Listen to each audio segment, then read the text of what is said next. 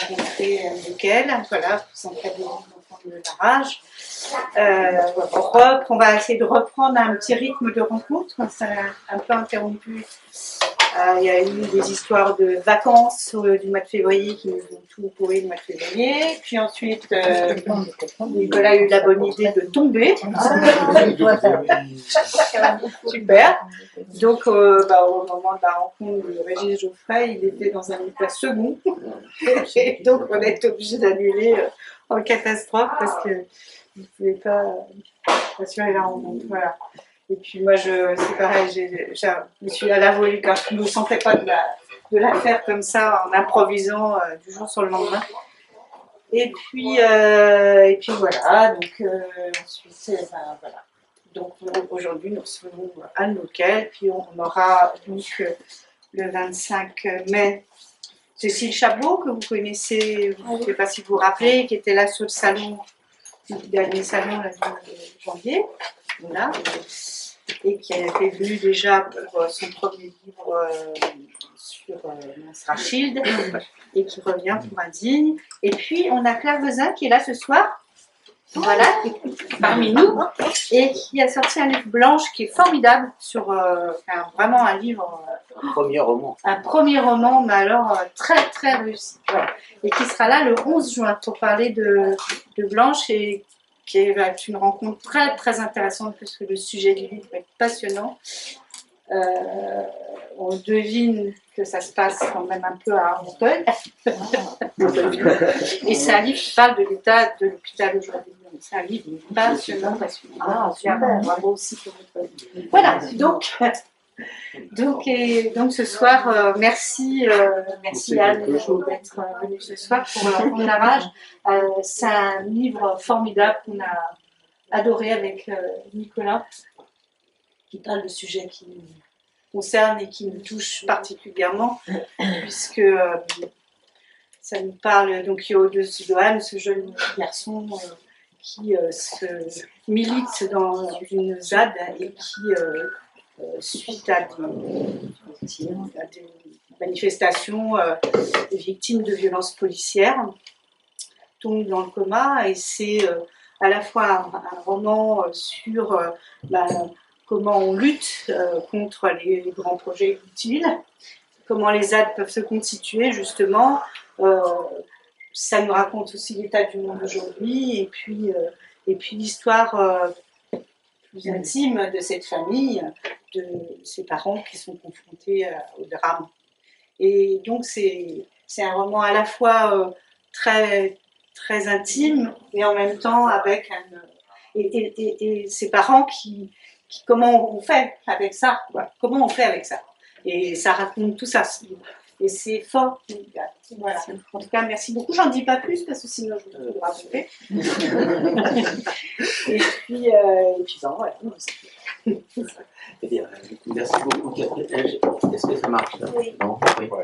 D'accord. Un grand plaisir de vous recevoir. Merci d'être venu spécialement de Lyon pour nous rencontrer et parler de ce livre vraiment enthousiasmant et tout à fait pose beaucoup de questions et qui est tout à fait bouleversant aussi à beaucoup de moments. J'allais dire que vous venez de Lyon, c'est une terre d'écrivains, parce qu'on s'aperçoit depuis quelques années où nous faisons des rencontres ici qu'il y a beaucoup de Lyonnais dans la littérature française. En ce moment, Céline Curieux, Galland, je ne sais plus qui encore, Carole Fifre, on a reçu, qui sont toutes du coup. Pour vous présenter en deux mots, c'est votre deuxième roman, mais avant cela, vous avez fait plusieurs livres en collaboration avec un certain Étienne Kern, des livres sur qu'on connaît bien ici parce qu'on l'a reçu pour son premier roman, Les Envolés, et qui sont des livres sur la littérature et des portraits, disons, les mœurs des écrivains, leurs petits travers, disons, les petits travers des grands écrivains, comme par exemple un livre très amusant sur les haines des grands écrivains, ce qu'ils ont écrit les uns sur les autres, etc. Et donc ce premier roman qui est apparu au Seuil, d'abord Le Berger, en, en 2021, je pense que ça peut être en janvier aussi probablement, mais alors là, c'est un roman qui est tombé dans un mauvais moment, c'est-à-dire au moment où il y allait, enfin tous les romanciers qui ont subi ça à ce moment-là en ont pâti, quoi. Il y a eu le confinement et tout fermé, etc. Et alors évidemment pour faire la promotion des livres, c'était pas formidable. Mais on peut dire un mot quand même de ce livre qui est aussi d'une certaine façon une histoire de communauté, de personnes en quête de quelque chose.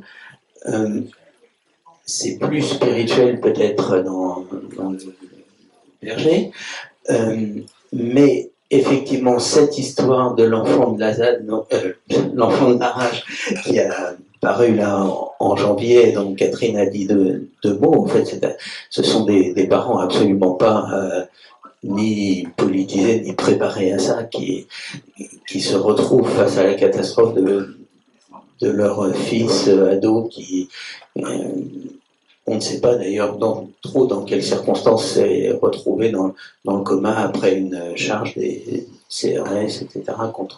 contre une ZAD, et eux ils vont découvrir tout ça. En même temps, cette situation de cet enfant entre la vie et la mort, et puis la vie de cette ZAD, et évidemment cette situation va bouleverser leur couple. Mais ma toute première question, très, très simplement, ce serait de vous demander quel est le lien, s'il y en a un, entre ces deux livres, entre ces deux romans. Merci pour cette question. Alors tout d'abord, j'en profite pour vous remercier d'être là. Et je vais répondre sans plus tarder. Donc un premier roman qui était consacré à l'univers des sectes et qui racontait comment une héroïne, tout ce qui est plus banal, âgée d'une trentaine d'années, qui est un petit peu frustrée par sa vie, décide alors plus ou moins passivement d'ailleurs, de s'engager dans une secte. Et le deuxième roman, c'est comment une femme, une mère, poussée par des circonstances terribles, elle en vient à s'intéresser à la ZAD. Alors, y a-t-il un lien entre les deux romans ? Oui, parce que dans les deux cas, je tente de m'intéresser à ce qui concerne en fait la marge des sociétés ou à ce qui est considéré comme à la marge de la norme, qui est un petit peu anticonformiste. Alors l'idée n'est pas du tout de dire que la ZAD est sectaire ou que la secte est zadiste, enfin c'est pas du tout... je n'établis pas du tout un parallèle simple ou simpliste entre les deux, mais dans les deux cas, il me semble qu'il y a une tentative pour construire un contre-espace. Et ce contre-espace a la forme d'une utopie, sachant qu'une utopie n'est évidemment pas forcément positive, ni dans l'un ni dans l'autre cas. Alors évidemment, la secte est plus sombre et pose plus de problèmes. Mais ça m'intéresse beaucoup, ces espaces en marge, parce que j'y vois la preuve que quelque chose ne fonctionne pas dans nos sociétés et que si ces marges-là, petit 1, existent et 2, attirent, c'est qu'en réalité, elle comble un besoin. Alors elle comble le besoin de faire partie d'un groupe, elle comble un besoin de lien social. Et dans les deux cas, mes deux héroïnes, justement, sont en manque de lien social, c'est-à-dire qu'elles ne trouvent plus dans la société contemporaine de quoi pallier ce sentiment de frustration et de malaise lié à un individualisme grandissant. Et elles vont chercher ce lien social où elles le trouvent. Alors peut-être pas au bon endroit, ou peut-être pas un lien social qui nous paraît parfaitement légitime, mais elles y trouvent ça. Et ça, je trouve que ça met l'accent sur quelque chose dont, à titre personnel, je souffre un peu, c'est-à-dire vivre dans une société où les cadres anciens n'existent plus et où j'ai parfois un peu de mal tout simplement à entrer en communication avec les gens que je croise, parce que ces anciens cadres-là ont disparu. Et donc oui, il y a un parallèle entre les deux, même si l'intrigue évidemment n'est pas la même et si la démarche de départ est un petit peu différente. Oui. Une chose qui m'a intrigué à la relecture, je ne sais pas pourquoi la première fois je n'y avais pas pensé du tout, mais c'est le prénom du personnage principal, si je puis dire, du fils, Johan, puisque ce qui arrive à ses parents, donc qui s'appellent Loïc et Laurence, c'est une forme de catastrophe. Johan, ça fait penser à Jean, évidemment. Voilà. Et est-ce qu'il incarne une apocalypse, en fait? Alors, je n'ai sûrement pas pensé à ça consciemment, mais c'est une très très belle lecture. Alors, les raisons du choix des prénoms, c'est vrai, pour un écrivain, ça compte toujours parce que c'est ce qui rend le prénom, c'est le premier accès au personnage, et c'est en général ce qui rend un son vraisemblable ou non. Et donc, à titre personnel, je suis toujours très gênée quand j'ai un prénom un peu étrange parce que j'ai du mal à me projeter dans le personnage, mais ça, c'est mes goûts réalistes. Et donc, je prends en général des prénoms de gens que je connais mais qui ne sont pas trop proches parce que sinon, ça risque de créer des petits problèmes. Et il se trouve que Johan est un prénom qui revenait souvent dans l'entourage des camarades de mon fils, et donc je trouvais que c'était un prénom qui sonnait actuel. L'arrière-plan religieux, alors il est toujours présent quand on choisit des prénoms qui ressemblent aux prénoms du calendrier, c'est certain. Alors oui, c'est une peinture d'apocalypse, c'est vrai, parce que c'est une peinture d'explosion. C'est-à-dire que tout explose au sein de la ZAD, mais c'est le reflet en microcosme d'une société qui explose et où les repères même cèdent. Et donc, alors même si je n'ai pas pensé comme ça, c'est peut-être à l'arrière-plan de l'écriture. Ce qui m'a semblé, mais on verra tout à l'heure, qu'il y a plusieurs scènes qui sont parfois comme des tableaux religieux ou des réflexions un peu, si ce n'est religieuses, du moins spirituelles. Peut-être, est-ce que pour rentrer directement dans le texte, on pourrait lire le tout début, parce que c'est toujours intéressant de voir comment un roman commence. On peut peut-être s'arrêter ici, par exemple. Et je vous prendrai des questions pour aider. La masse gisait devant eux, entre les feuillages, énorme, au milieu des champs. Des branches, de la terre mêlée à de la paille calcinée, des morceaux de grillage, et puis 4 ou 5 palettes défoncées. Au centre, un miroir, dont la surface restait intacte, faisait comme une flaque lumineuse au milieu du chaos. Laurence interrogea Loïc du regard. Depuis 3 kilomètres qu'il suivait la départementale du Dufrénois à Augerac, les détritus, de plus en plus nombreux, s'amoncelaient dans les fossés. Jusqu'à cette barricade, en travers de la route. Une scène de guerre, s'était dit Laurence. Les marches d'un autre monde. Il n'avait jamais vu ça, à part à la télévision ou dans les journaux quand il était question de pays difficiles à placer sur la carte. Nouvelle flambée de violence à Morvaillant, l'émeute du 13 novembre, la semaine précédente, avait fait les gros titres pendant 2 jours. Malgré l'abandon du projet par le gouvernement, 1 an plus tôt, les zadistes continuaient d'occuper le terrain. Dégradation en série, blessés, certains légers, d'autres sérieusement touchés. Et puis, un grave. Les gendarmes au checkpoint les avaient prévenus. Il restait des débris un peu partout, les chemins étaient défoncés, ils auraient du mal à marcher un moment. Avec le camion, ils auraient pu passer, peut-être, en forçant. Là, il allait falloir abandonner la Peugeot. De chaque côté du chemin, un peu surélevé, une étendue de terre, humide et nue. Ils étaient là, tout près, sans doute, ceux qui avaient fait ça, cachés. Loïc n'avait jamais chassé de sa vie, mais l'instinct du prédateur s'éveillait en lui. Ce désir d'aller débusquer la proie jusqu'au fond de son terrier pour lui faire rendre gorge, à peu près le même que lorsqu'il refusait de se laisser doubler la nuit sur l'autoroute du Nord, sans avoir engagé une lutte à mort, le 40 tonnes lancé à tombeau ouvert, jusqu'à frôler la catastrophe. Il les aurait, ces salauds, tous, jusqu'au dernier, même s'il devait y laisser sa peau. Laurence descendit la première. Elle frissonnait un peu, les jambes engourdies. Loïc claqua sans ménagement la portière. Sur le visage de son mari, ce même regard de détermination qu'elle lui connaissait depuis qu'ils avaient pris la décision de venir et d'obtenir des renseignements, coûte que coûte. Elle devinait le dessin des veines bleues sous la peau des tempes, toujours plus apparentes lorsqu'il était contrarié. On va faire comment ? Mais Loïc, déjà, avait pris son sac à dos et l'avait jeté sur ses épaules, des épaules larges, carrées, qui lui faisaient une allure massive, presque bovine, à la fois maladroite et rassurante, un lutteur catapulté hors du ring. Laurence hésita un peu. Tant pis pour la voiture. Elle n'était plus toute jeune et puis elle ne risquait plus grand-chose. Au point où ils en étaient. Merci beaucoup. Oui, ce début m'a intrigué. D'abord, j'ai admiré la construction parce qu'il me semble, si j'ai bien lu, que on commence par une description un peu des stigmates du paysage. Ensuite, il y a un deuxième temps où on nous raconte un peu succinctement les faits, et un petit retour dans le passé. Et puis, on revient face caméra, si je puis dire, à nos deux personnages principaux qui finalement se retrouvent face à quelque chose qu'on ne connaît pas, et ils sont un peu dans la situation du lecteur qui se demande mais comment ils en savent plus que nous, quoi. En fin de compte, on a un peu ce sentiment. Oui, alors ça c'est un choix tout à fait délibéré. En fait, il me semble que quand on choisit ce thème, la ZAD, il y a deux solutions. Soit on parle de l'intérieur, et dans ce cas-là, on fait quelque chose qui ressemble à un témoignage, ce qui est tout à fait possible, mais qui est un autre livre. Soit on se place en face de l'objet, et étant en face de l'objet, on essaie de l'appréhender comme on l'appréhenderait naturellement si on ne le connaît pas.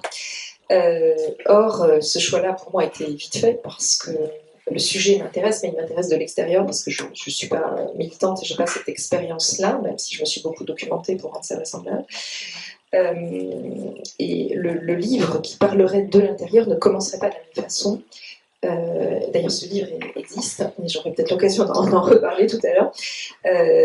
Moi, ce que je voulais, c'était que le lecteur puisse, dès ses premières pages, se projeter, se mettre à la place des parents. Et donc, il y a cette espèce de confrontation initiale. On rentre dans un univers qu'on ne connaît pas. Et donc, la question qu'on pose, c'est comment faire pour rendre ça intéressant et accessible pour le lecteur. Alors, je dirais, là aussi, j'aurais peut-être l'occasion d'en reparler, que ça passe essentiellement par des coupes. Parce qu'au début, on a envie de faire traîner les choses, on a envie de décrire. Puis il y a le modèle alsacien Zolien derrière, on se dit, bon, c'est la ZAD, on ne connaît pas, on va faire une entrée progressive, et puis on va écrire 50 pages de description avant de se rendre compte qu'en fait, ce n'est pas du tout la bonne solution.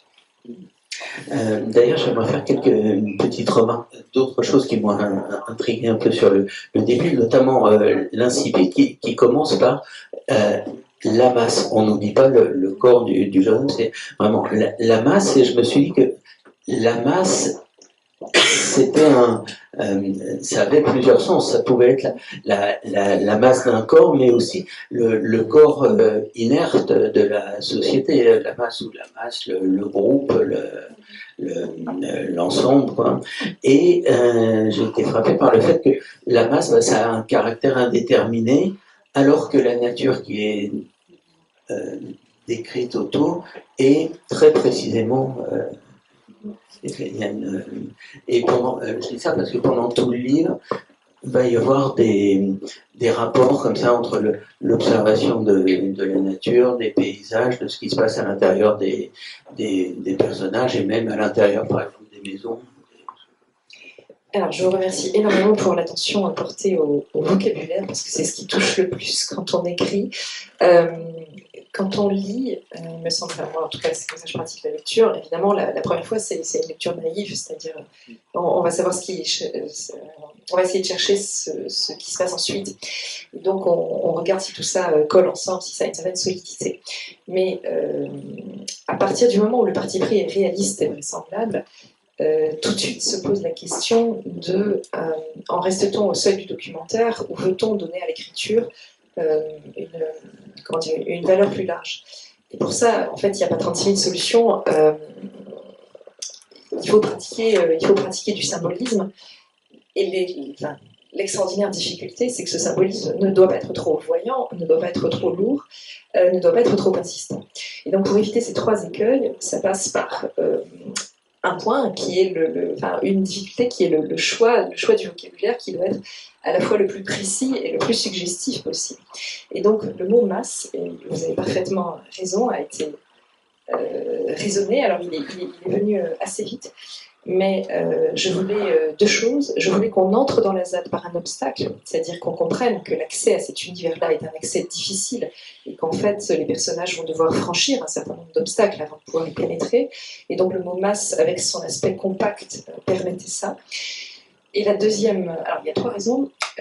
La deuxième raison, c'est que l'une des grandes caractéristiques de la ZAD, quand on étudie les documents, et j'y ai passé un certain temps, c'est en fait son indistinction. Alors ça, c'est extraordinaire.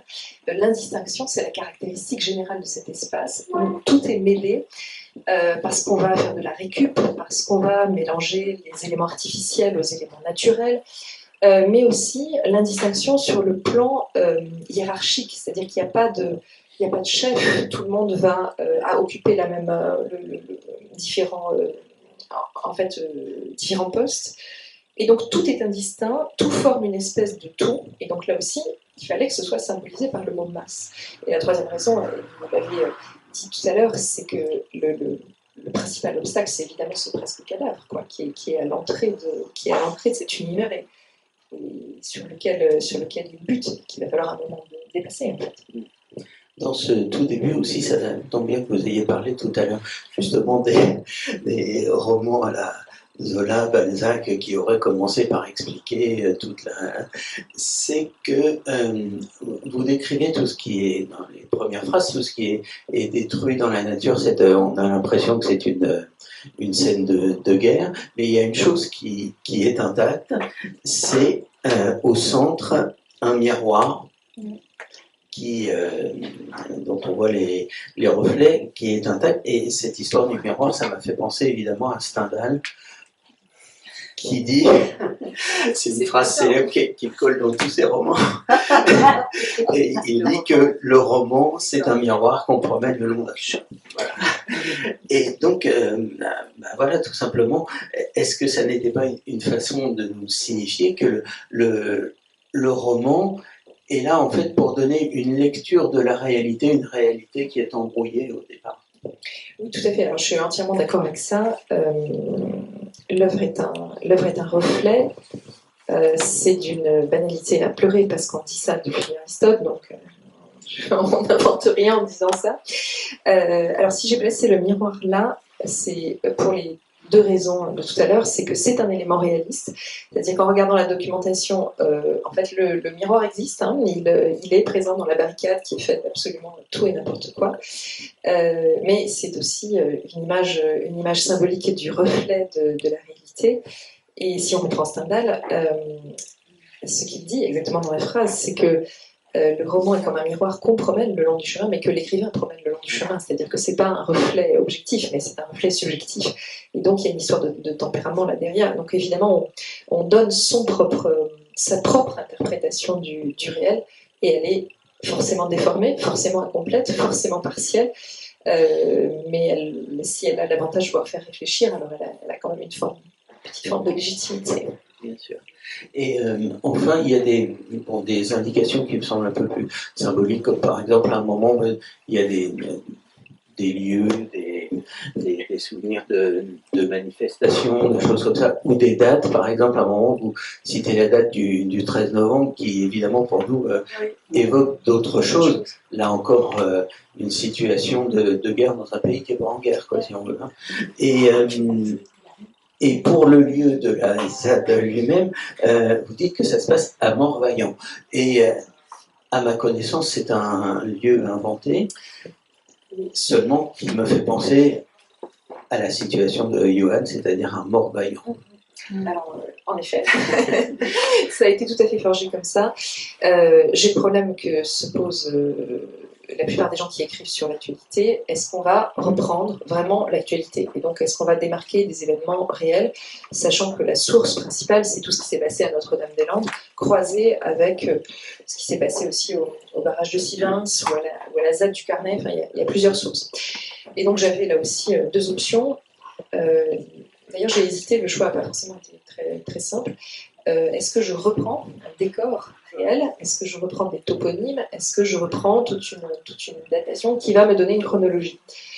c'était possible, j'avais la documentation pour, ça posait un énorme problème, c'est un problème de liberté, c'est-à-dire que je ne pouvais pas m'écarter d'une trame qui était fixée par les événements et par l'histoire, et donc c'est extrêmement enfermant. Et à partir de là, c'est un choix que j'ai écarté au profit de l'invention d'un décor, mais ce décor devait quand même avoir pour tremplin la réalité. Donc le problème est extrêmement simple, et en fait c'est un problème technique. Alors quand je dis ça, j'ai toujours l'impression que je casse un truc, parce que quand on lit le roman, on se dit toujours, en fait c'est de la psychologie, c'est des émotions, il écrit avec son cœur et tout. Alors c'est pas faux, mais en fait 80% du travail est technique. Et là le problème technique il est très simple. Il faut que j'invente des noms, et il faut que ça sonne français, sans casser, là encore, cette possibilité du symbolique. D'où l'invention d'un certain nombre de villes, qui ont un peu perturbé d'ailleurs certains éditeurs, parce qu'ils ont lu le manuscrit et m'ont dit mais en fait tes villes elles existent vraiment ou pas. J'ai dit non, tu peux vérifier sur la carte, elles n'existent pas. Et alors Morvaillant, effectivement, c'est un collage ou un mot valise. Et c'est Étienne Kahn qui m'a suggéré d'enlever, je le cite, qui m'a suggéré d'enlever un T à l'orthographe pour éviter que ça soit trop voyant. Voilà. Est-ce qu'on peut dire Étienne Kahn, pour vous, c'est pas un secret, c'est son mari? Voilà. J'ai un relecteur conditionnel à domicile, donc j'en profite.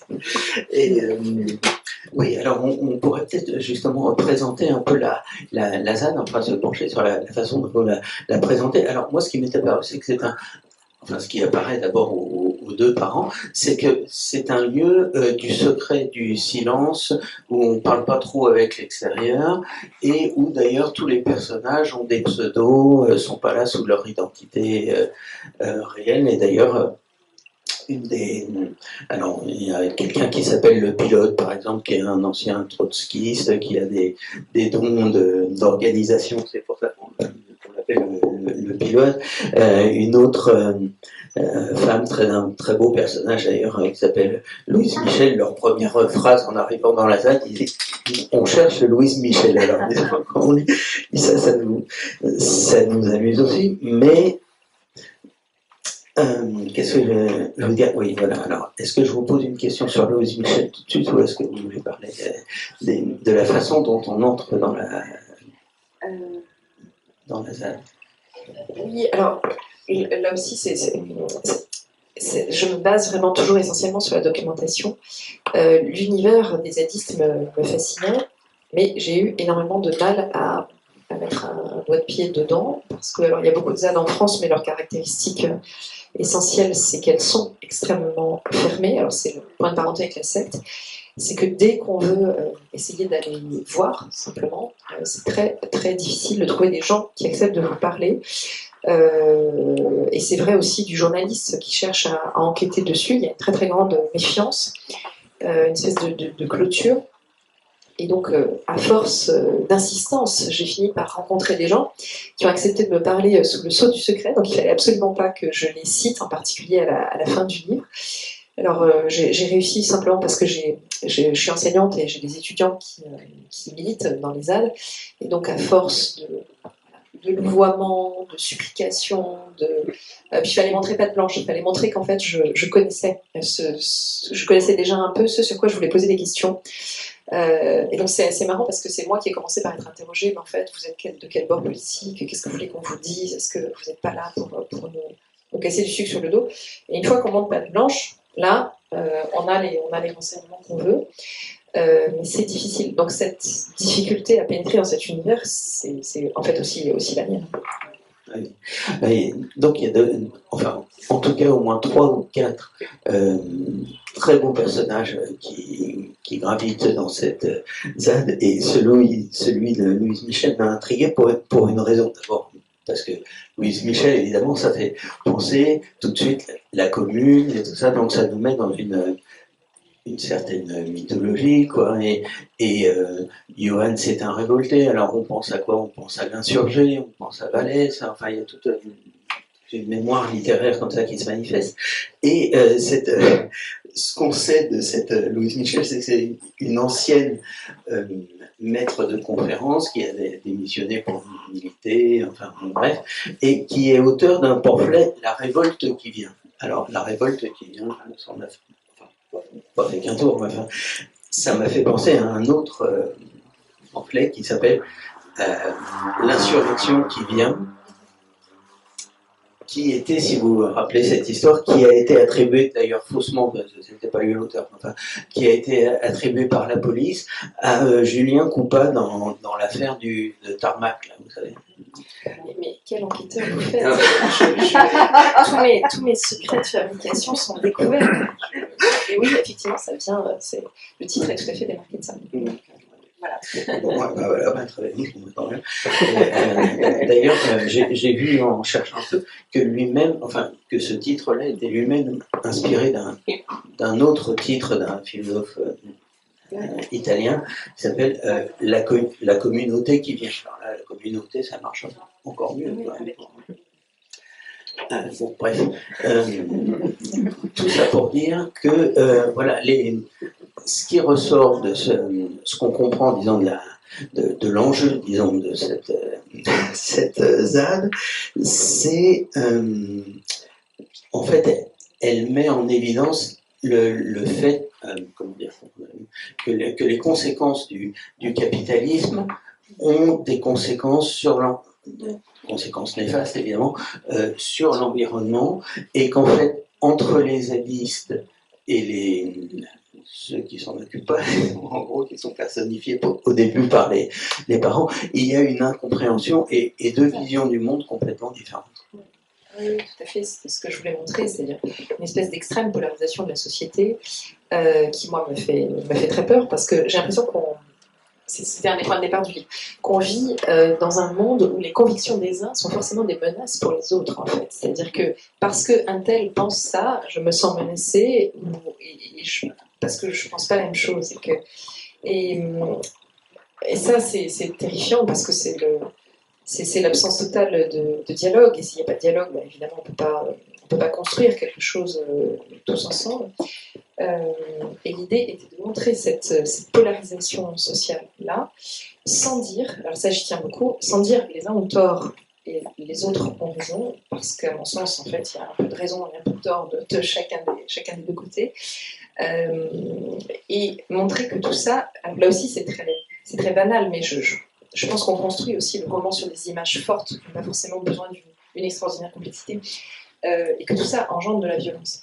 Et ce qui est aussi fascinant dans la ZAD, en tout cas quand on s'intéresse un tout petit peu au sujet, c'est qu'on s'aperçoit d'une chose, c'est que la violence n'est pas du tout accidentelle, elle n'est pas du tout contingente, elle fait en fait partie du processus. Et c'est l'endroit par excellence où la violence est une forme de nécessité, elle fait partie de leurs conditions. Et elle fait partie de leurs conditions parce que leur condition est protestataire en réalité. Et donc ils mettent l'accent, alors d'une façon qu'on est tout à fait libre de juger, de rejeter ou de juger critique, mais enfin ils mettent l'accent sur des problèmes qui sont des problèmes réels et qui, je pense, peuvent, et c'est là que c'est très intéressant, peuvent nous rassembler. Alors j'ai une toute petite anecdote à propos de ça. Alors c'est une ZAD très récente. C'est une ZAD c'est à propos d'une ZAD qui est apparue il y a quelques années à propos d'un un grand chantier, la contournante de Strasbourg. Donc Strasbourg est désormais entourée d'une espèce de grande ceinture autoroutière. Et j'ai vu, alors pour des raisons familiales, parce qu'on y va souvent, j'ai vu le chantier en construction. Et puis, on passait sur une route nationale avec mon beau-père, et mon beau-père est à peu près l'inverse exact de ce qu'on peut appeler un révolutionnaire. Voilà. Vous prenez un révolutionnaire, prenez une échelle, vous mettez mon beau-père à l'autre bout, vous avez à peu près ses convictions politiques. Et on passe comme ça, on passe en voiture, et puis il était à côté de moi comme ça, et il me dit, t'as vu, c'est incroyable, toutes ces terres arables qu'on va détruire, et il me dit un truc qui me sidère absolument. Il me dit, mais en fait, tu sais, tous les gens qui protestent, là, il faut que j'aille avec eux. Et là, mais les bras m'en sont tombés, quoi, parce que je me suis dit, grand Dieu, mais c'est le monde à l'envers, tu ne peux pas dire ça. Et c'était rien du tout, cette petite anecdote, ça a duré 30 secondes, mais c'était le reflet, en fait, de quelque chose auquel je tiens, c'est que sur certains points clés, sur certaines difficultés sociales, eh bien, il doit être possible tout de même de s'entendre, parce que certaines évidences font un peu consensus, mais pour que les évidences apparaissent, parfois il faut le combat. Et c'est aussi la vertu de ce type d'événement, je pense. On peut peut-être s'intéresser maintenant à ce qui est le reflet justement de la vie de la ZAD, c'est la vie de ce couple face à face, Loïc et Laurence, qui vont voir, enfin, surtout elle, enfin, qui ont tous les deux façons tout à fait différentes de réagir à l'événement qui leur tombe dessus.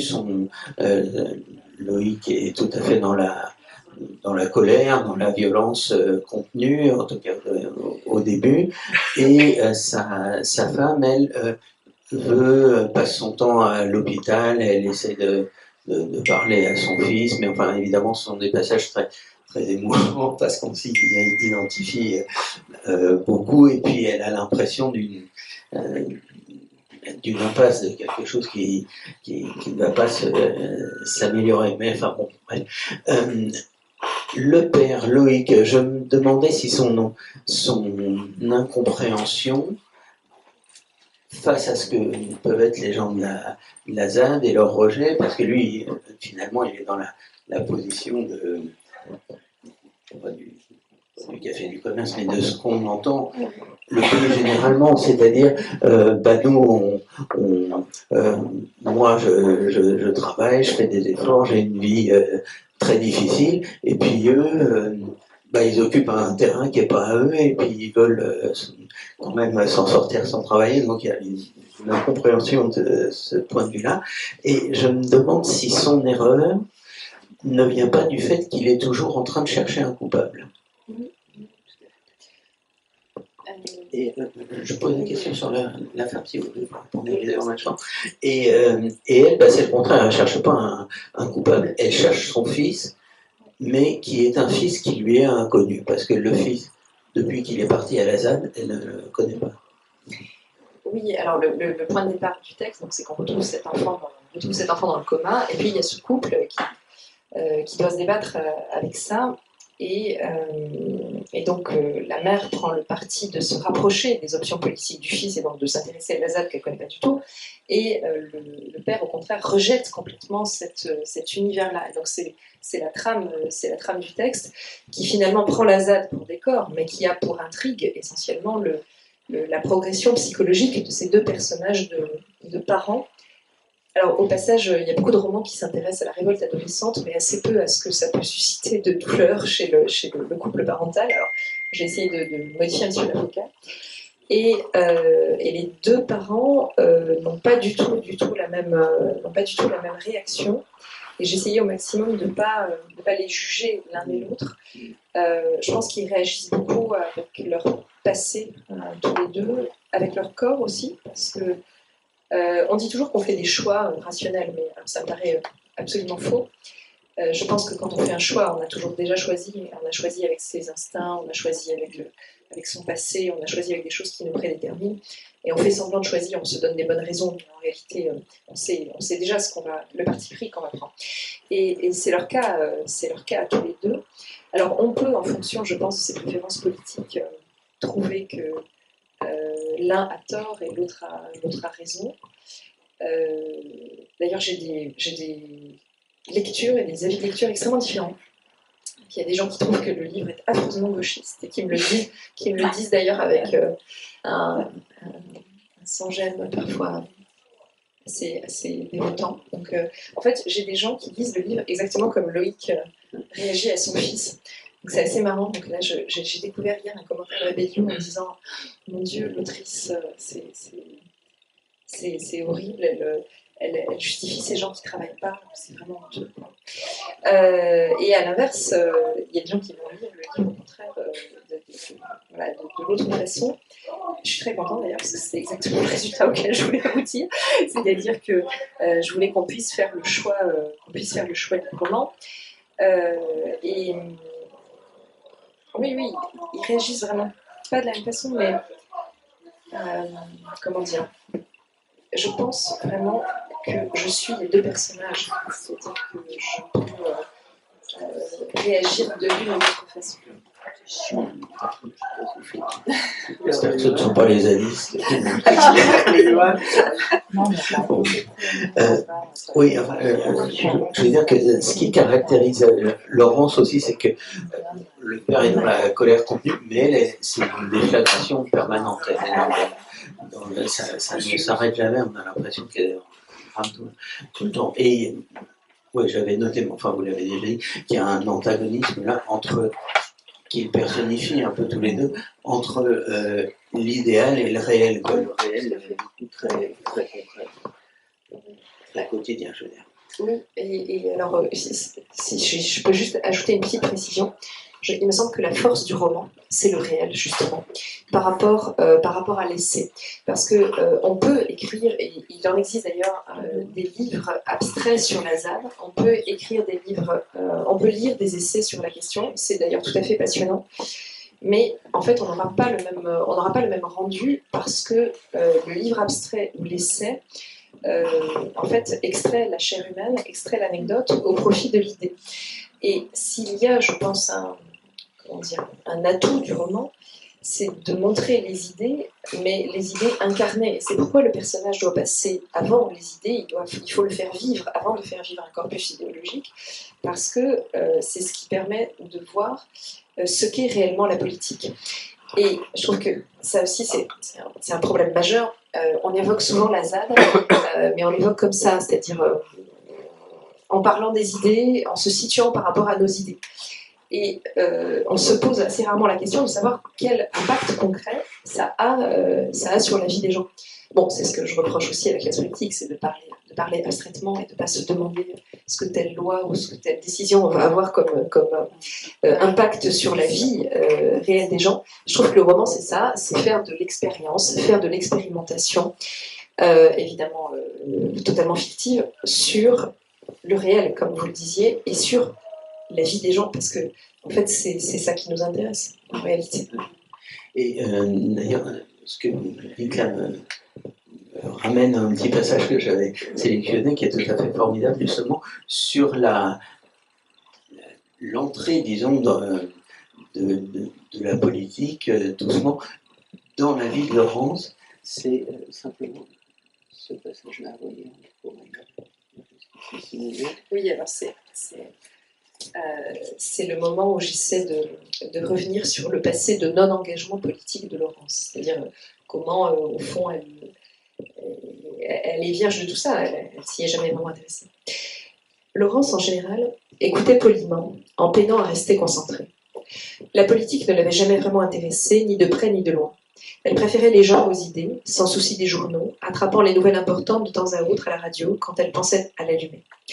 Loïc lisait le grand quotidien régional, dont l'édito parfois lui arrachait des jurons sans qu'aucun parti ait vraiment sa préférence. Il votait, pas à chaque fois, surtout au présidentiel. Le reste du temps, on s'en sortait bien tout seul. Pourquoi s'en faire, puisque rien ne changeait jamais, quels que soient les discours qu'on leur tenait. Une fois comme ça, sporadiquement, les propos d'un tel ou un tel les intéressaient pendant quelques semaines. Une nouvelle idée, vite fanée. Cela n'était pas pour eux, les subventions et les aides diverses moins encore que tout le reste. De toute façon, avec leurs revenus, ils étaient presque systématiquement au-dessus des conditions de ressources exigées pour obtenir la plupart des prestations existantes. Ni Johan ni Émilie n'avaient pu bénéficier d'une bourse pour l'école. Ça leur avait porté un coup. Là, on est tout à fait dans la vie quotidienne, dans la façon dont l'actualité rentre dans la vie des personnages. Autre chose à laquelle je pensais, c'est comme vous insistez beaucoup sur le fait que Loïc contient toujours sa colère, et on comprendra d'ailleurs en le lisant, parce qu'il y a des choses dans son passé aussi ça trouve son origine là-dedans. Il contient aussi sa rage, et alors ça donne une polysémie, si je peux dire, au titre du roman, parce que l'enfant de la rage, on peut dire que c'est le Johan qui a la rage, la révolte, hein, mais c'est aussi l'enfant de la rage de la répression, et ça peut être aussi l'enfant de la rage de ses parents.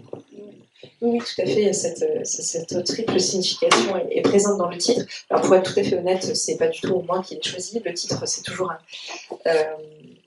une difficulté parce que pendant très longtemps, la conception et l'écriture du livre m'ont pris 3 ans et demi à peu près. Le livre s'est appelé ZAD. Parce que j'aimais bien le côté un peu accrocheur du titre, et puis l'éditeur a trouvé que ça risquait de faire peur à une catégorie de lecteurs, et de poser le livre immédiatement comme un livre politique, ce qu'il est, mais de manière extrêmement élargie. C'est pas du tout un livre à thèse, ni même ce qu'on appelle un livre engagé. Et donc, ça a été remplacé par L'Enfant de la rage, auquel j'ai pas cédé immédiatement parce que j'aimais bien mon acronyme. Et puis, à force d'insistance, je me suis laissée convaincre, et finalement, avec le recul, j'en suis très contente. Bon, on n'a pas le temps d'en parler, mais justement, ça laisse au lecteur le loisir de les découvrir. Il y a plein de personnages importants, notamment Émilie, qui est la petite fille de la famille, et qui, elle, est muette, et qui est presque une victime collatérale, disons, de cet événement. C'est la deuxième victime de la famille Empire, évidemment. Il y a d'autres choses qui nous, là encore, je ne sais pas si ce sont des clins d'œil ou moi qui surinterprète, mais par exemple, il y a un fermier, qui râle tout le temps qu'on lui a pris, qu'il a été spolié, qu'on lui a pris ses terres, et qui s'appelle Ménard. Et Ménard, ça nous évoque un autre nom. Il y a un homme politique qui s'appelle Robert Ménard, et qui est un peu de cette tendance. Mais passons. J'aimerais qu'on parle de ce qui se passe à peu près une deuxième moment, qui est toute la période de l'hiver de la ZAD, c'est-à-dire le moment où en fait où on découvre ce que c'est aussi que la misère des corps de ceux qui habitent cette ZAD, de leur solidarité aussi, et cette misère des corps, elle accompagne une fébrilité des esprits. Et ça revient aux questions dont on parlait tout à l'heure, c'est-à-dire qu'ils se disent, si nos actions ont un retentissement, c'est que nos idées progressent peut-être, enfin dans le public, mais alors si nos idées progressent, ça va entraîner plus de répression, et si ça entraîne plus de répression, il y aura plus de violence. Donc, est-ce que ça ne risque pas de compromettre la victoire finale? Et il y a une autre tendance, disons, dans cette salle, qui dit, eh bien, ce qu'il faudrait, vers quoi il faudrait s'acheminer, c'est peut-être le compromis. Oui. Alors là, on a deux visions politiques.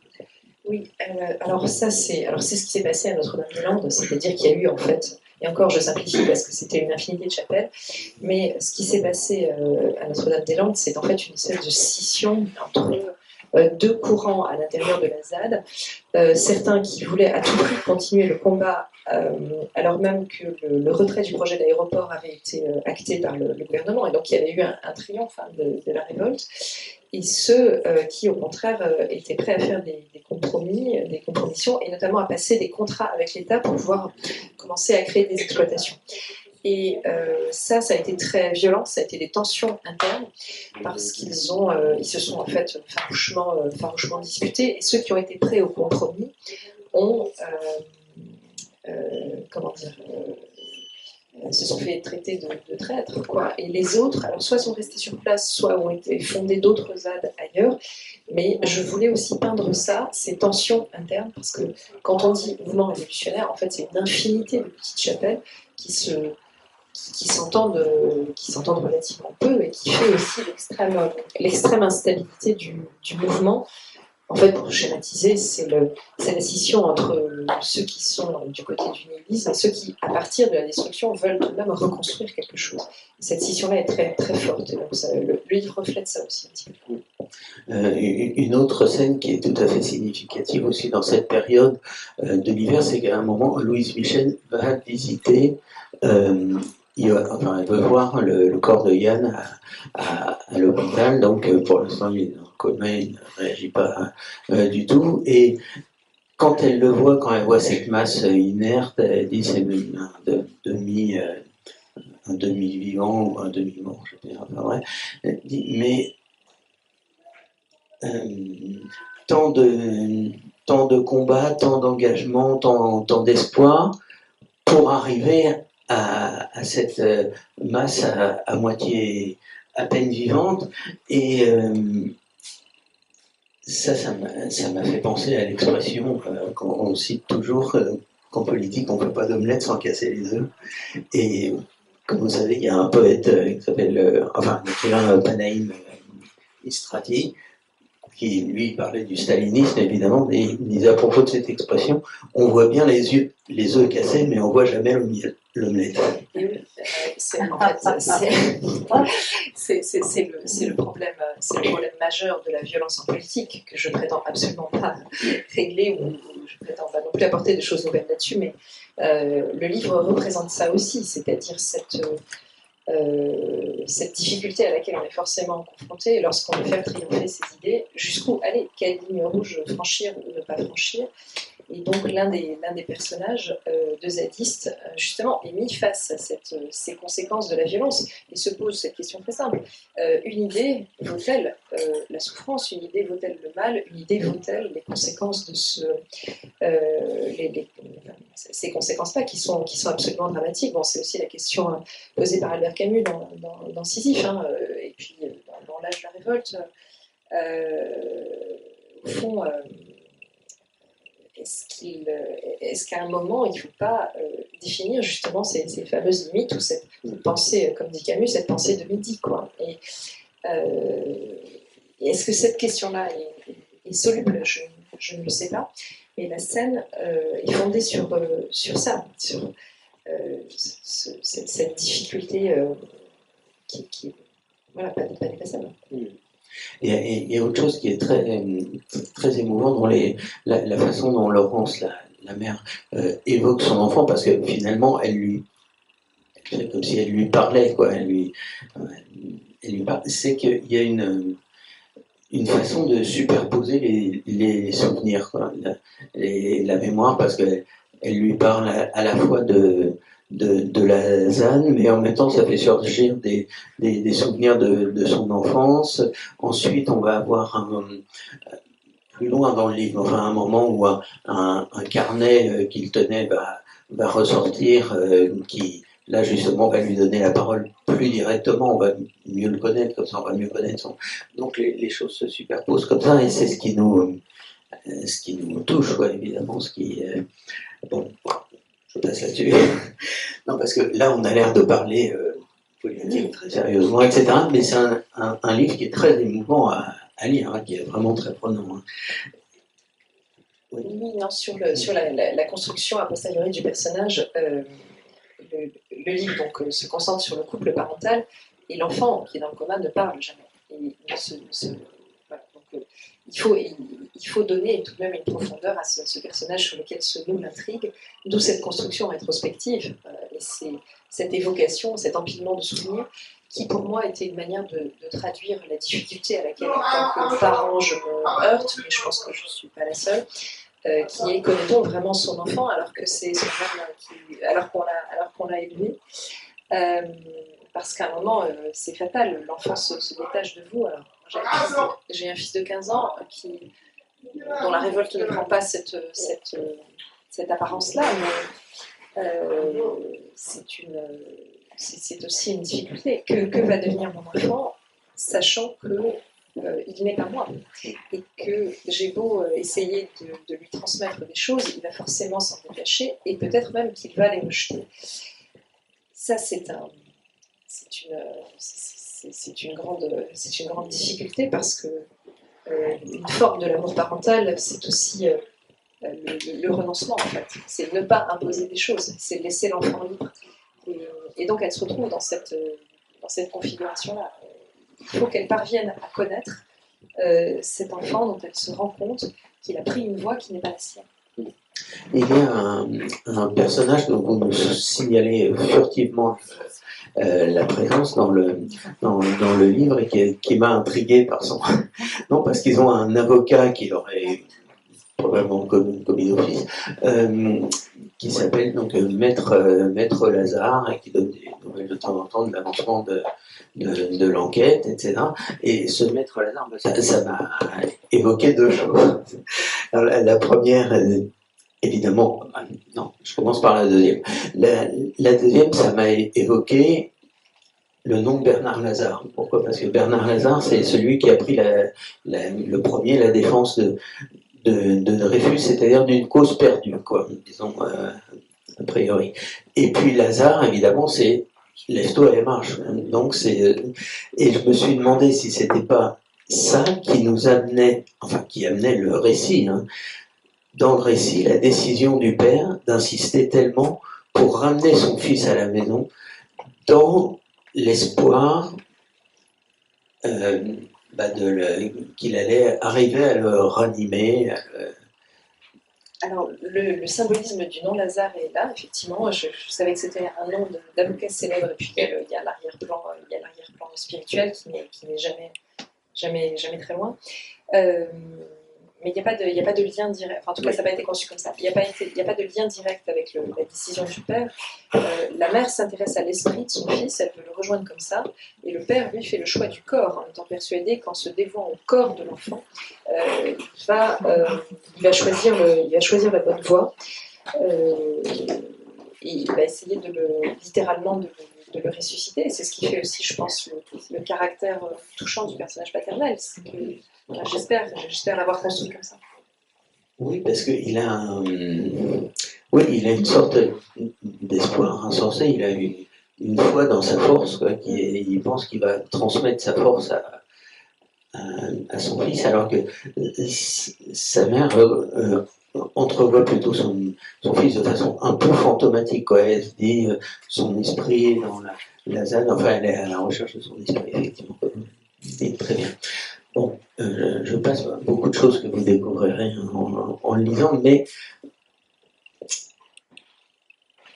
oui, une petite chose. Bon, on apprend beaucoup de choses par ce carnet, etc., sur Loïc, sur le fait qu'il est à la fois un peu indiscipliné, un peu révolté, mais en même temps quelqu'un qui est capable de grande passion, qui est capable de se passionner pour des sujets qu'il étudie, enfin bon bref.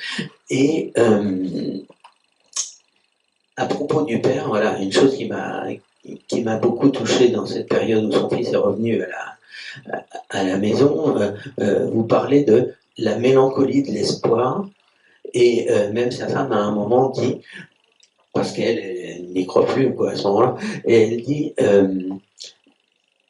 Loïc voyait ce qui n'était pas, c'est-à-dire il voit bouger la main, mais en fin de compte, ce sont peut-être des illusions. Oui, ils ont un point de vue qui est très différent sur l'avenir de leur fils. Et là encore, j'ai essayé, dans ces deux personnages, de dépeindre deux attitudes qui, je pense, pourraient être celles d'une même personne face à un tel drame. C'est-à-dire, il y a des périodes d'espoir, il y a des périodes de découragement. Et c'est aussi pour ça qu'ils s'opposent, c'est parce que ils sont chacun aveugles et lucides à leur façon. J'ai essayé au maximum, alors pour revenir toujours sur ces questions de spiritualité, d'employer le terme espoir plutôt que le terme espérance, parce que le terme espérance est plus relié, me semble-t-il, à la spiritualité chrétienne. Et là aussi, mettre l'espoir de la résurrection physique du côté du père, c'était tout de même donner à ce personnage, qui peut paraître assez brutal et assez négatif, une forme de relief, parce qu'il a en lui une forme de confiance qui fait défaut à sa femme. Et elle aussi fait des choix qui peuvent, notamment à la fin du livre, peuvent paraître tout à fait contestables. Parce qu'au début, on se dit ce retour à la maison, c'est, si je puis dire, le contraire du retour à la raison. On se dit c'est une décision folle, c'est faire rentrer la mort dans la maison, c'est faire rentrer le loup dans la bergerie, si j'ose dire. Et finalement, oui, je saute une chose que j'avais remarqué, enfin, je croyais avoir remarqué parce que vous parliez pas de spiritualité, mais d'image un peu comme ça. À un moment, le père porte son fils parce qu'il est complètement, il ne peut pas tenir, hein, il l'enveloppe dans une sorte de drap et il le porte d'un fauteuil à son lit. Vous décrivez tout à fait les mouvements du père pour passer le bras comme ci, comme ça, et cette description, c'est exactement le tableau ça s'appelle du Christ descendant de la croix. Voilà, c'est avant. Et c'est pour ça que je me suis dit, mais finalement, est-ce que c'est pas un chemin, est-ce que c'est pas un calvaire, quoi? Oui, tout à fait. C'est un calvaire. Et puis j'aimais bien l'image du corps du fils porté par le père, parce qu'à l'arrière-plan, il y a évidemment toute cette iconographie-là. Alors il y a l'image de la Pietà aussi à l'arrière-plan, la mère qui porte le corps du fils. Sauf que, alors j'en profite pour riper vers quelque chose, mais ça rejoint une question précédente. On m'a plusieurs fois posé la question, pourquoi est-ce que c'est la mère qui s'intéresse à l'esprit du fils et le père qui s'intéresse au corps? Parce qu'on attendrait plutôt l'inverse. On attendrait que ce soit la mère qui se focalise sur le corps parce qu'elle est du côté de la maternité, des soins, et le père plutôt du côté des idées et de l'esprit. Et moi, je ne l'ai jamais vraiment, je l'ai pas du tout conçu comme ça, quoi. C'est-à-dire que l'idée ne m'avait pas traversé l'esprit. Pour moi, le père était du côté du corps, et cette image-là du père qui porte le corps de son fils, c'était une sorte d'incarnation visuelle de la paternité. Et il est vrai qu'on écrit, alors on écrit évidemment avec ses souvenirs littéraires. Ça, c'est une loi absolue. On écrit avec ses lectures. Et en fait, dès qu'on est confronté à une difficulté scénique, alors je sais pas, je pense que c'est vrai pour les autres aussi, mais en tout cas, moi je vais voir comment les autres ont fait, quoi, parce que c'est un artisanat. Il y a beaucoup de présomption à se dire je vais sortir la scène tout seul de mon chapeau. Je sais qu'il y a des gens qui ont déjà fait et qui ont déjà écrit tout ce qui est possible d'écrire, et s'ils ont trouvé des trucs, c'est qu'en fait peut-être il faudrait s'en inspirer, quoi. Mais on écrit aussi avec des images et avec aussi sûrement des tableaux qui nous obsèdent. Et ces images-là, je les ai en tête parce que j'aime beaucoup la peinture italienne de la Renaissance, et que je pense que ça, c'était dès que je visualisais la scène, plus qu'une scène d'hôpital, qui est un univers que je ne connais pas, je visualisais ça. Et c'était plus facile pour moi à peindre, de toute façon. Est-ce qu'on peut dire, pour revenir sur ce chapitre, que Laurence, qui va de plus en plus souvent vers la ZAD pour rencontrer les gens, essayer de retrouver l'esprit de son fils, et le père qui est de plus en plus toujours à la maison à s'occuper du corps de son fils, est-ce qu'on peut dire qu'elle va de plus en plus vers l'extérieur et lui de plus en plus vers l'intérieur? Oui, il y a un mouvement, effectivement. L'une sort de la citadelle familiale et l'autre s'y calfeutre, c'est vrai. À ceci près que c'est peut-être plus ambigu, parce qu'elle sort de la citadelle familiale, mais pour rentrer dans un univers qui est un univers clos, et lui se focalise sur l'intérieur de la famille. Mais l'intérieur de la famille, c'est aussi paradoxalement retourner vers sa petite fille, c'est se sacrifier entièrement à son fils.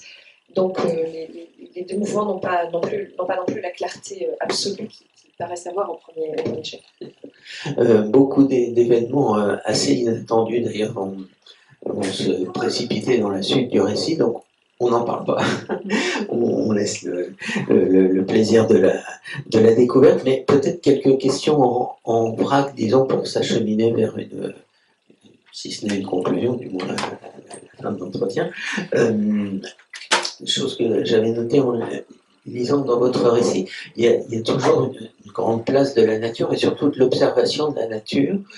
Et notamment, il y a une scène, par exemple, où elle observe un écureuil, où c'est un émerveillement de voir cet écureuil de si près. Et est-ce qu'on peut dire que pour elle, la nature ici a une valeur d'exemple? La nature qui renaît, la nature qu'il faut préserver en plus. Oui, oui, tout à fait. Ce qu'elle trouve, ce que Laurence trouve aussi à la ZAD, c'est alors le retour à la nature, mais l'idée qu'on peut avoir peut-être un fonctionnement social différent. Et c'est ce que les zadistes lui apprennent. C'est aussi ce que disent les textes qui font partie du corpus idéologique de ce type de révolte. Dont je pense, par exemple, au texte de Marielle Massé, qui sont très beaux sur cette question-là. Oui, la nature a valeur de modèle, elle a valeur de refuge. C'est une façon aussi là encore, de retourner à des évidences dont la société contemporaine nous éloigne. Si Johan se révolte, c'est aussi contre le monde de la surconsommation, et elle, peu à peu, elle en prend conscience, et elle retrouve ce désir de revenir à des choses un peu simples. En réalité, moi, depuis ma vie adulte, je vis en ville. C'est une souffrance, en fait, parce que je viens d'un département très, très rural, et j'ai vécu mes 18 premières années vraiment à la campagne. C'est pourquoi le décor de la ZAD n'était pas trop difficile à peindre pour moi, parce que mon père était vétérinaire rural, donc je l'ai beaucoup accompagné dans les fermes, et puis disons que je vois ce que c'est qu'une vache, ce que mon fils ne voit pas, puisque c'est pas un animal qu'il a beaucoup fréquenté. Et donc, il se trouve que par la force des choses, je sais ce qu'est un vélage, une mamite, une provenance, ce que c'est que faire la prophylaxie, que je sais ce que c'est qu'avoir les bottes dans la boue, quoi, parce que j'ai beaucoup fait ça. Et en fait, la vie en ville, qui est une transplantation, il y a des choses qui manquent, quoi. C'est-à-dire qu'on semble que j'étouffe un petit peu. Et j'ai aussi voulu mettre de ça dans ce personnage, c'est-à-dire l'idée que quelque chose existe qui est peut-être un petit peu... Alors ça sonne, j'ai conscience que dit comme ça sonne un peu passéiste, mais que quelque chose existe qui doit être un petit peu préservé. Et c'est l'un des paradoxes de la ZAD les plus étonnants, c'est que ces gens sont révoltés, c'est vrai, ce sont des indignés, mais ils demandent des racines. Ça, c'est extraordinaire, parce que n'importe quel révolutionnaire veut couper les racines, veut inventer un monde nouveau. Et ce qu'ils nous disent, et ce que j'ai essayé de montrer dans le livre, c'est qu'ils veulent la révolte, mais ils veulent la révolte pour se réenraciner quelque part. Et c'est pourquoi le mouvement est extrêmement ambigu, parce qu'on peut aussi le lire d'une toute autre façon. C'est pas simplement l'explosion, c'est aussi prendre soin de ce qui nous entoure. Parce qu'il souligne aussi ce que souligne le personnage de Johan, la fragilité de la vie.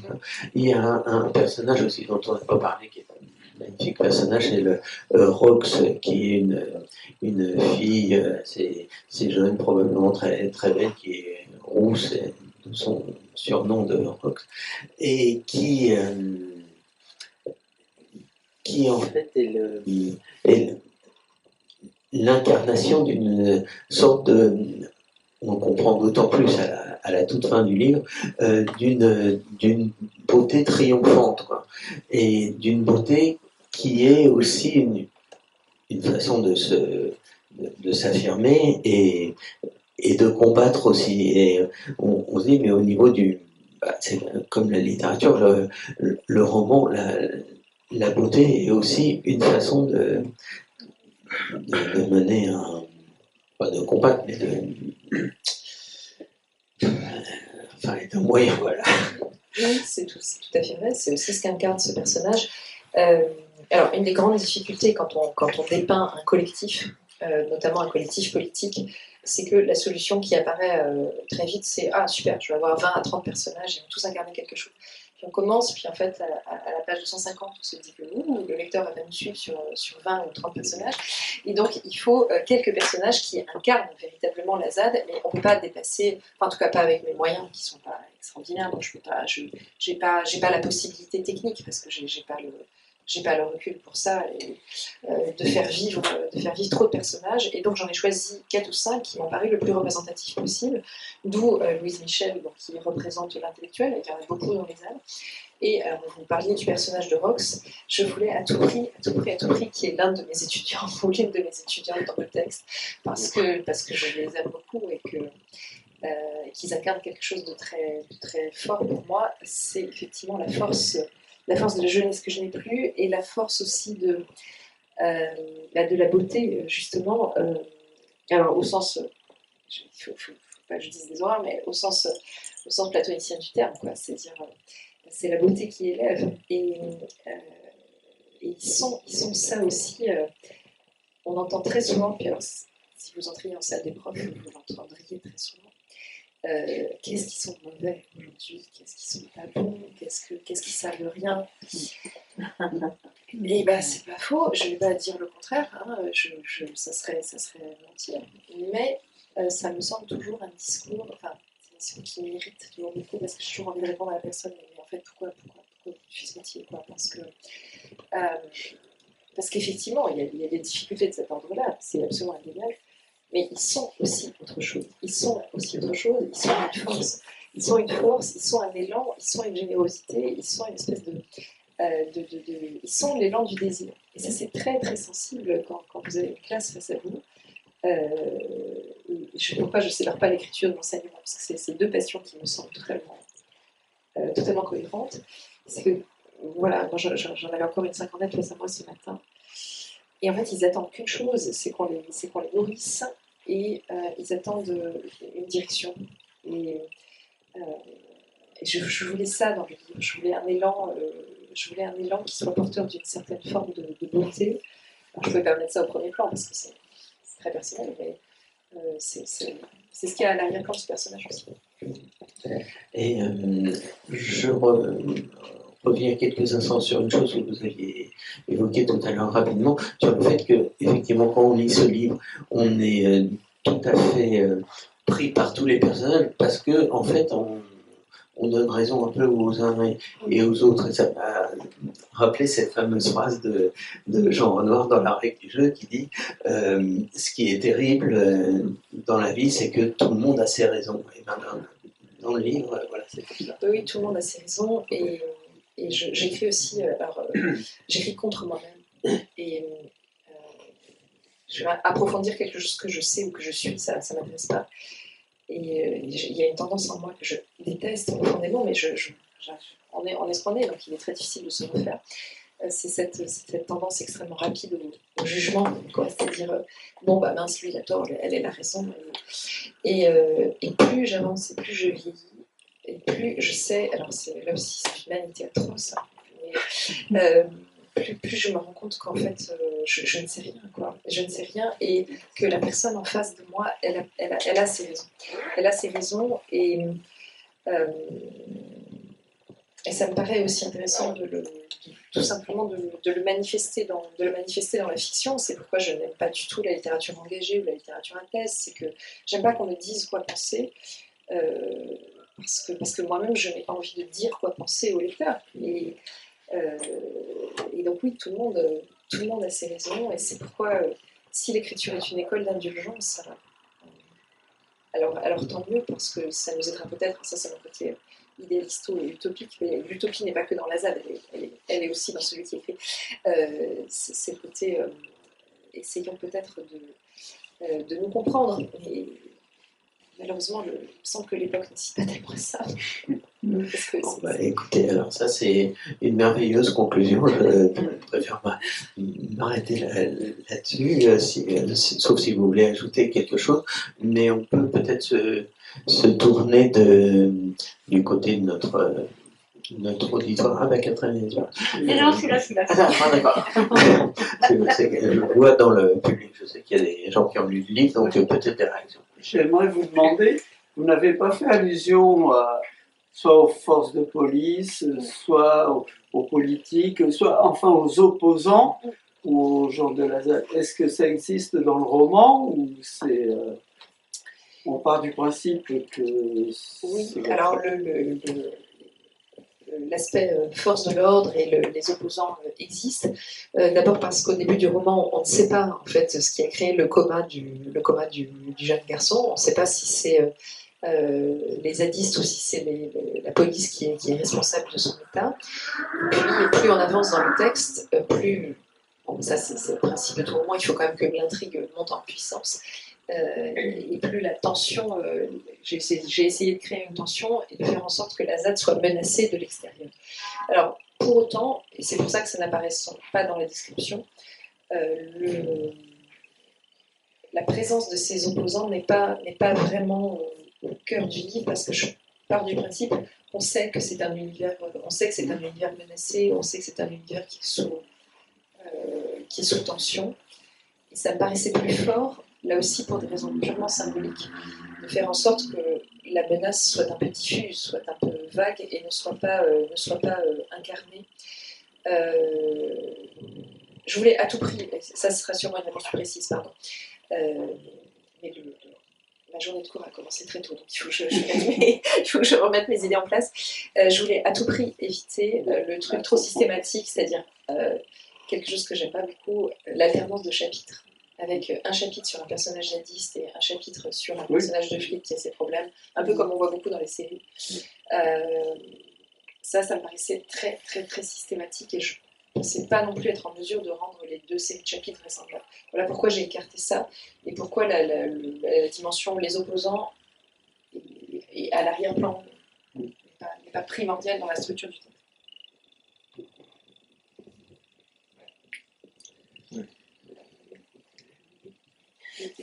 Vous écrivez un livre, c'est votre bébé, Oui. vous lui donnez un nom, Oui. à l'état civil il en a un autre. Est-ce que c'est douloureux?